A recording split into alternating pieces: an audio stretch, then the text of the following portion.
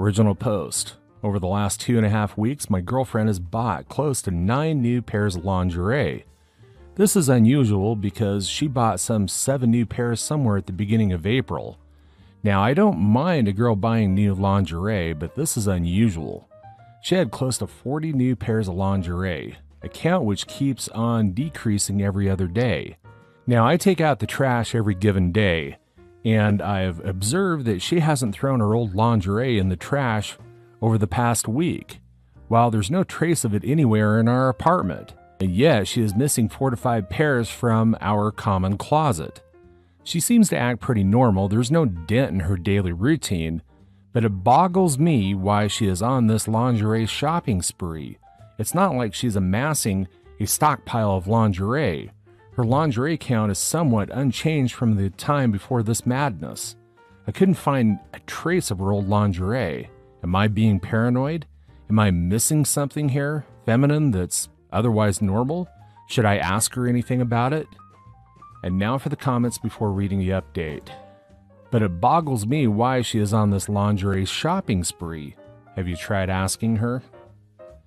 I did casually ask her a few nights ago, hey, where's that bunny-like orange bra that I crave for? Okay, don't take that verbatim. And she ignored to answer my question. That's the only time I asked her about something she looked incredibly sexy when we were in the mood. She ignored to answer my question. And then you repeated the question and she said, I mean, this isn't a move where you ask, she ignores it, and we cut to 2 weeks later. Just ask again. Tell her that her not answering you is a bit weird and rude and you'd like an answer. This isn't rocket science, but it does sound sketchy and you need to be more assertive in getting to the bottom of it. Now for the updates. Update 1. Alright, I chatted with her while driving. I started off by asking her directly, as some of you suggested. She said something like she hasn't been feeling good about her underwear fitting, old and new, while at work. So she has taken a new vow. If she finds any underwear incredibly uncomfortable, she will throw it off immediately. I asked her, I haven't noticed any in her trash, maintaining my casual tone. And she said that since we spend most of her daytime at work, she disposes it off in her workplace bin and carries a change of underwear like most women do. I even said to her jokingly, oh, I was worried you were sealing your undies on eBay or something, just to get some kind of answer, and she oohed my remark. Do women do that at work or get rid of their old undies when they find it uncomfortable like this? I could really use your insight on this. To be honest, we moved together at the beginning of this year, and this is the first time I've moved in with a girl in a relationship. I don't know what else I could do since she has made it clear she drops it off in the work trash and has no intention or fetish to sell it online. But overall, I tried to make this conversation as just out of curiosity as I could. Update 2. Seriously, guys, thank you. I've been glued to my phone all morning long except for driving back from work. It took me a lot of self-convincing to gather clues for a possibility that my girlfriend might be selling it online. Back at home, we have a place to archive open mails, receipts, bills, and other important documents except for our social and other personal items.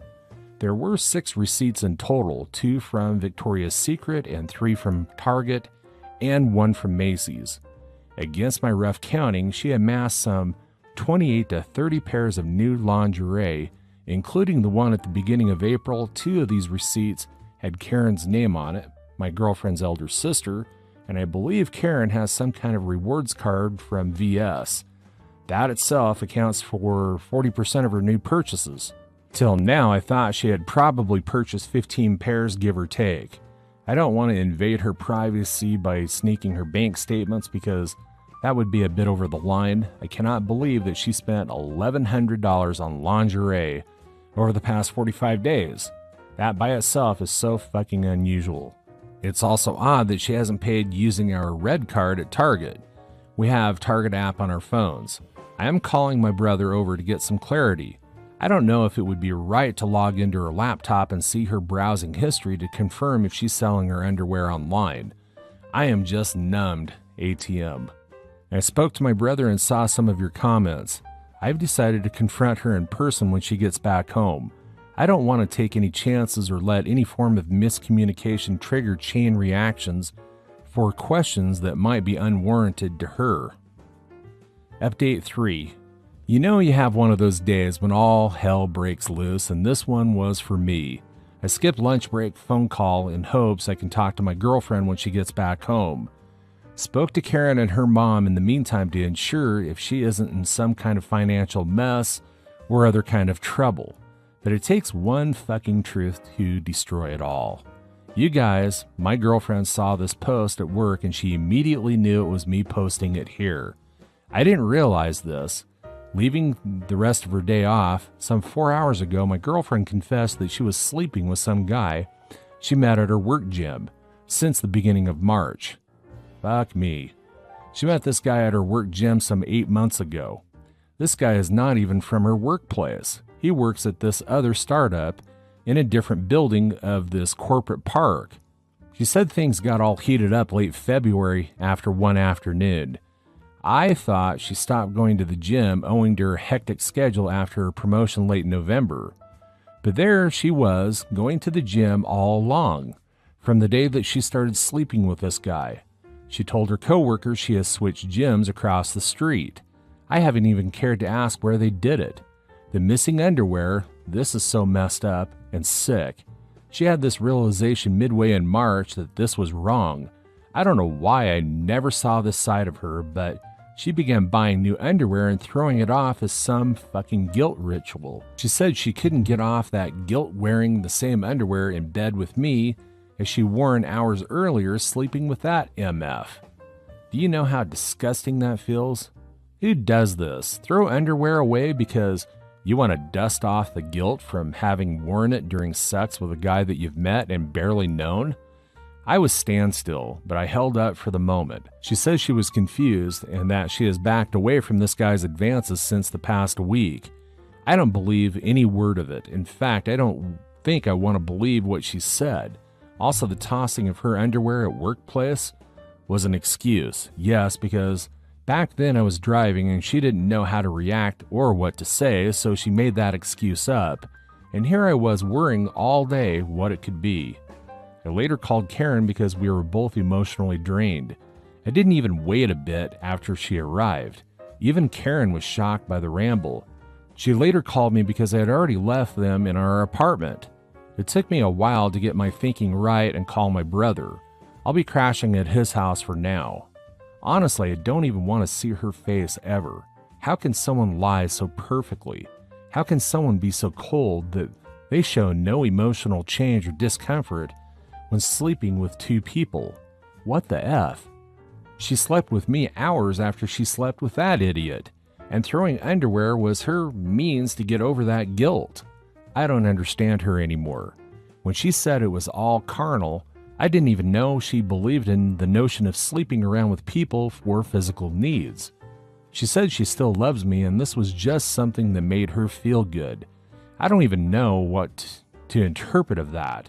Honestly, I think my thoughts are all over the place.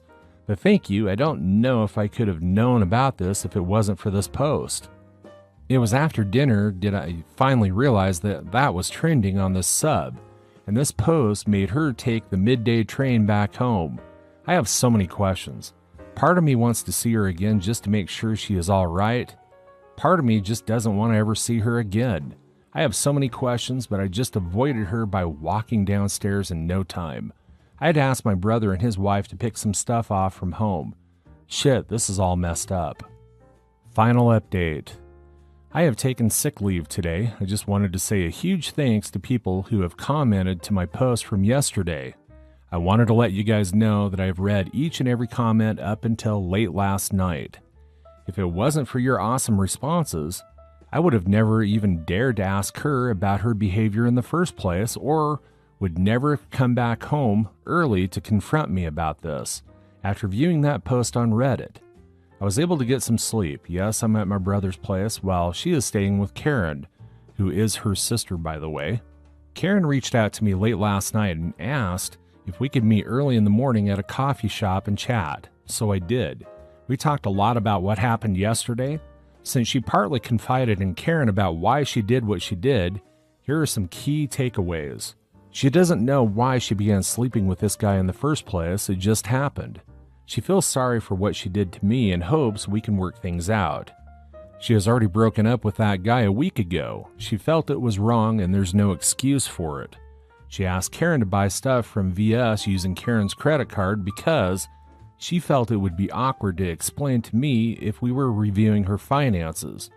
We used to do that together to cut her expenses and pay up aggressively towards her student loans. She claimed that sex with this guy was completely carnal and that there were no feelings or affection involved. She said that she got lured by this because of her new responsibilities were too overwhelming for her. But again, she maintained that she didn't know why she started sleeping with this guy in the first place. I don't think I want to know who this guy is or whether it was him or her who made the first move. Thinking about it is so screwed up and depressive. I should have noticed how she was able to maintain her body in spite of quitting the gym late last year. That being said, I still don't understand what must have made her impulsively sleep with that guy and jeopardize our relationship in the first place. I think I'm gonna eventually weigh in those reasons before I decide as to what to do next. I have been trying to assess if I could pick up any new cues that are otherwise typical to a cheater. And it's so strange that she hadn't had any of those characteristics. I mean, the fact that she confessed she was able to convince her coworkers that she goes to the gym across the street instead of using the free gym at her workplace by itself is so infuriating. I don't think I would have ever doubted her cheating on me because you don't see those cliched stay late after work or texting someone constantly symptoms when she was around at home. I think if I try to understand what made her go to bed with this guy, I'll just get myself deeper down in the rabbit hole. Karen also said that she even couldn't truly understand what was going on in her head when she decided to have this fling with a completely unknown guy and put our relationship at stake. Though Karen did make a full disclosure that my girlfriend once cheated on a guy as a teenager back in high school, and things turned out ugly back then, I was a bit surprised since I didn't know this before. We both knew our relationship and or dating history midway in our relationship, but not this. That was quite a long time ago, and by the way, Karen is a sweet lady. She even wrote each of us a letter before we moved in together. So this is so ironic. I lurked on Reddit via my main account to get some updates on our Apple and our Makos, while my girlfriend used to thoroughly read other posts as well. She would sometimes read out a post here and there asking me what do I think about some post on Reddit from a guy's perspective, entailing into one of those small talks. Little did I know that our life would be one of those relationship questions, to be a topic for small talk amongst other Redditors or couples here online. Nonetheless, I truly appreciated your responses. I would have dragged this thing for days or even weeks, getting more and more worried and obsessed about my girlfriend's behavior. See, when you move in together, no one ever tells you about what boundaries to set and what things to avoid. I think I made a mistake there. Maybe I should have checked on her time and time again to see if something had been bothering her at work. I think first time living with someone that aren't your parents or drunk dudes back from college is always awkward and wonderful at the same time. Don't take it as an advice, but as a takeaway from my ill-fated experience. Just ask your significant other time and time again if he or she has anything to share that's bothering him or her. I know this sounds like a dumb thing to ask, but when you are new in a relationship or have upped your relationship status, we tend to worry more about getting the dynamics of a relationship or new arrangement right, instead of worrying about feelings of that person. I expected that we might get bored of each other one fine day as we grew older, and I might end up buying candles at Target to spice things up, but not this. When she was drained back from work after her promotion before we moved in, I seriously thought it would be better if I give her own time and not bring work talk during dinners or when we hung out together. Little did I realize that this could have made her look for comfort elsewhere. I can also affirm that I have been around her as long as she needed me, but I guess we were both busy complimenting each other in our apartment by who gets to do what to upkeep of our surroundings, groceries, social responsibilities, instead of just being in the moment and listen to one another. I just picked up my car, got off from my meeting with Karen at the coffee shop. I have the remainder of this weekend all to myself. While my brother and his wife have been incredibly supportive, I thought of getting myself checked in to the first available counselor, even if that's just one time. I haven't told any of my friends or coworkers about it, so it's going to be social life as usual unless I come to the decision as to what to do next. It's like you are fucking pissed off for having your trust shattered, but then you have the need to walk through those broken pieces to get out of it without getting yourself hurt. So now our apartment stays deserted while I figure out what to do next. Sorry for the ramble, but thank you again. Edit. By no means I feel exactly the same for her like I did yesterday while typing this post. I thought I still cared for her last night, but that gradually got replaced with rage and nausea, even when I think about her. Don't worry, I'll be fine as time goes by. I have just confirmed the appointment with a counselor in my PCP to get myself checked for anything fishy. The intent of this post was just to show deep gratitude for responses yesterday and today, as it seems, to any guy or gal reading this post in the future teetering between what to do next when you found out you were cheated on by your boyfriend or girlfriend. Read some of the comments down below. They might turn out to be truly insightful for you. And my counselor had already read my previous post before I had even checked into her office late afternoon yesterday. She referred to me as, "You were the guy who posted about his girlfriend's lingerie behavior, right?" A few minutes into our session, man, it seems like everyone on Reddit likes to lurk on this sub. I'm okay though, feeling better but just a bit insomniac. Story 2, Boss from Hell Gets What She Deserves. I, 30 single female, have been a people pleaser to a fault my whole life. I have been working in marketing for 10 plus years. Over the years, I've had my fair share of bosses who were good, average, and some who sucked. This one in particular that stood out was awful. This story is from about 5 plus years ago. Pamela, 40's not real name, was the vice president of marketing and sales for a mid-sized retailer. She started at the company a few years after I did, and if rumors were true, she was the 4th pick for the position and was simply hired so that the company could appease shareholders. I was a manager under her, and my whole job was to make sure the website and stores had their products merchandised properly, received all their monthly sales materials, managed advertising, set up and managed the department's budget, PM'd all the department projects and operations, created reporting to reflect sales, managed presentations, creative beliefs for future projects, etc. In short, I did her work and all the administrative grunt work to keep the department afloat.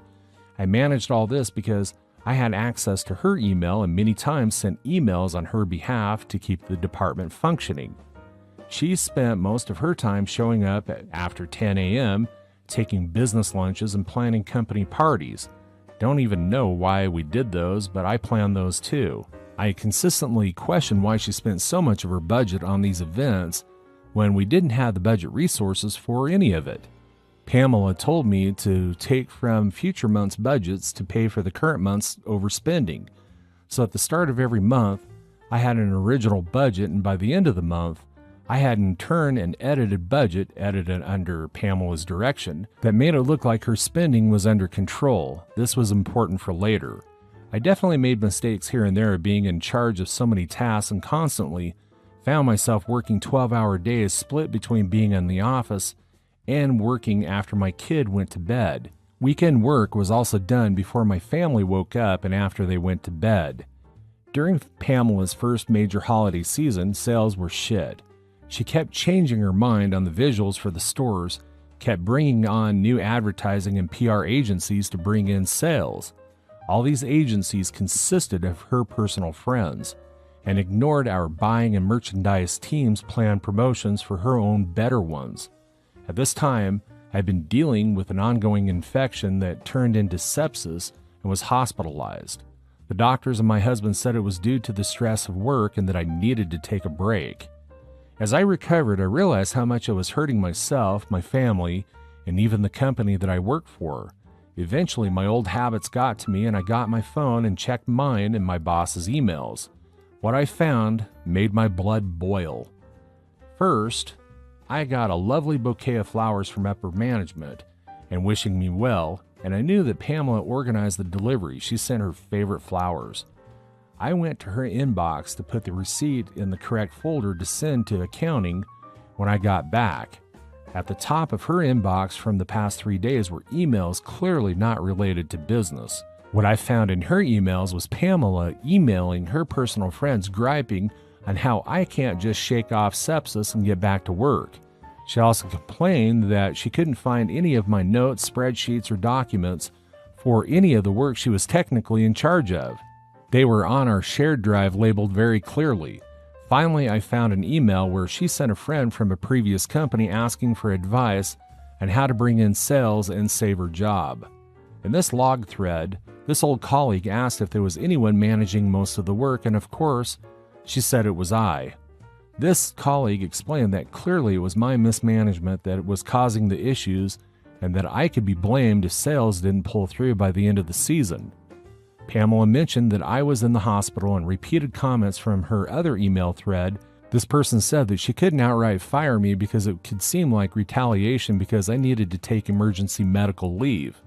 But if she could prove I was stealing from the company or misusing company resources, then she would have grounds to have fired me and used me as a scapegoat. Upon my return, Pamela called me into her office and said that she was worried I was taking on too much and wanted to take work off my plate. She announced that she was taking managing the department budget off of my plate. She asked me to only drop a small stack of invoices to accounting. Additionally, she told me under no circumstances was I allowed to talk to accounting about anything regarding budgets. Also, if I had any concerns about the department or workload, I wasn't allowed to go to HR. I had to discuss it directly with her. Oh yeah, I could see where this was going. Unfortunately for her, I had built a rapport with Lois, 50's not real name, who was our main accountant. Lois always said that she would do everything in her power to help me should I ask. Knowing this, I grabbed the stack of invoices off of Pamela's desk to give to accounting. I also added the email threads I read while I was in the hospital and the current unedited budget that Pamela hadn't touched yet for the month. I also found in my filing cabinet the hard copies of old budgets with her handwriting on the numbers to change to balance our budget. Finally, I added an email from her first round of budget adjustments where Pamela subtly threatened to put someone else in my job if I couldn't do what she asked.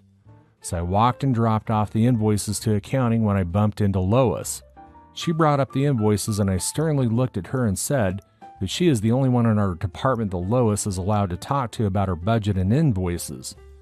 Lois saw the suspiciously thick file folder on her desk, gave a firm nod, and lovingly kicked me out of her office. Within the week, Pamela was fired. From what I understand, she had been continually job hopping for the past few years. The CEO and HR brought me in to personally apologize for everything I went through. It gave me a paid 1-week vacation to take at my discretion. Given other issues within this business, I left after another year. Which brings me to today. I am once again a manager for sales and marketing. I have a wonderful boss, Mike in his 40s, male, who trusts my business decisions and backs me up on practically everything. We are hiring my team for me to solely manage and direct. Today, I looked through the applicants and found Pamela's resume sitting among dozens of others. I stared at her name wondering how many other people share her name. Upon review, yup, it's her. She's definitely fell down the corporate ladder, with vice president of her old company being the highest title she earned. And to no surprise, she embellished her achievements, claiming the work that I managed as her own and claimed to be generating an 87% sales growth during the holiday season at her previous company.